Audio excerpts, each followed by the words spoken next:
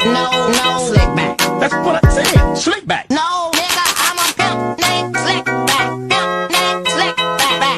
Pimp named Slick back. Nigga, are you deaf? I'm a pimp named Slick. Hi everyone, I'm Selfin Loblobly. Today we will discuss about how to teach speaking and also listening skills to your student using poetry. Listening and speaking is a basic in English. It means that before you teach your students about English, you have to make sure that they understand about the basic skills. How to teach speaking and listening using poetry to your students. So, I have two methods. It's like a game, but you can use this method to teach speaking and also listening using poetry. The game is fill in the blanks with the appropriate words. So, how to play this game? First, you have to choose one of your students to read a poem that you already prepared. But make sure students that you choose speak louder and clearly. Your students start to read the poem, and the others listening while fill in the blank. After they finish working on it, you as a teacher can read a correct answer while they see on their paper. After they got a correct answer, you can read the poem with them together. You can switch the students to read the poem. Everyone has a chance to read. This method can practice your students' listening skill. And yeah, there's another method to practice your students' speaking skills. There is to give them chance, turns to find the meaning. You have to increase their confidence to express their opinion. So, after they have a confidence to talk, let them talk in front of the class. Give all of them chance to talk so they can practice their speaking skills. Hello everyone, so my name is Apriani Kalasuat. How to teach reading using poetry. So teaching reading through poetry can be a fun way to improve students' reading skills and comprehension. Make sure the poem has a theme or message that is understandable and relevant to the students' experiences. Encourage students to provide evidence or facts from the poetic to support their understanding. Discuss the use of repetition, rhyme, alliteration, metaphor, or imagery in a poem and how they can affect comprehension and reading. Choose a suitable poem to choose poetry that is interesting and appropriate to the student's age and interest. To read poetry together with the poem aloud to students while showing the text on the board or through official presentations. Place emphasis on intonation, rhythm, and the pronunciation of certain words to help students understand the nuances and beauty of poetry. 3. Discuss meaning and themes. Invite students to discuss the meaning and theme of the poem.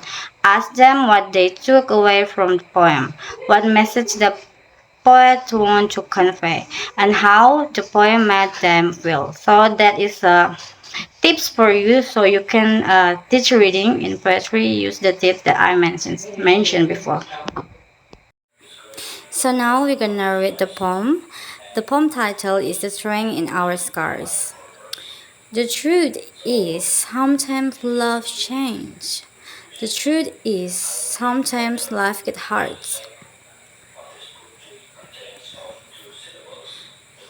And I'll stay turns into I have to take care of myself right now. Sometimes those who love us beautifully cannot continue to do so, and that is okay. You have to understand that there are certain things in life you truly have to let go of. There are certain things in life you cannot control, and the heart of another person is one of them. Either someone chooses you or they do not. Either someone decided to fight or they do not.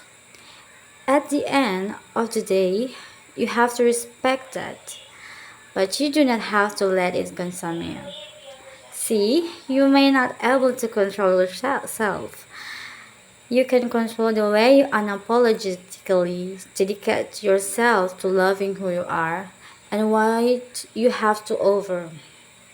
You can control the way you move forward, the way you choose to believe that you are worthy of the love you have to continuously put into the world. You can control the way you choose to believe that all the love your heart has given was enough and will be enough for the right people. You can control how you grow from the loss. You can control how you survive it. So survive it. You are strong enough to do so. So now my friend's gonna explain what the structural elements in this poetry. Thank you. So now I want to explain about the structure of the poem. So for the first one is the title. The strength is our scars suggests a focus on the concept of strength found within our scars. For the second is the introduction. The poem may begin with the introductory section that sets the tone and introduces the central theme or idea of finding strength in scars.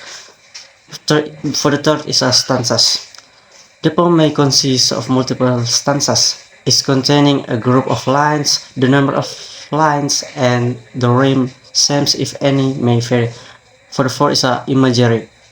So the poem may employ vivid imagery that depict scars and strengths associated with them. This may include descriptions of physical scars or metaphorical scars representing emotional or psychological wounds. For the metaphor and symbolism. The poem may use metaphors or symbolic language that convey deeper meaning related to the strengths found within scars. For example, scars may be compared to the armor of badge of honor. For the sixth is a repetition. The poem may use repetition of words, phrases, or lines of emphasize the theme of create the rhythmic effect.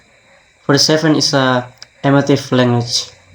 The poem may incorporate emotionally charged language to evoke a strong response from the reader and convey the resilience and power inherent in scars. And for the last one is a conclusion. So the poem may end with a concluding section that reinforces the central theme and leaves a lasting impression on the reader. It's important to note that a specific structure and elements of a poem can vary greatly depending on the poet's style and artistic choice. Thank you.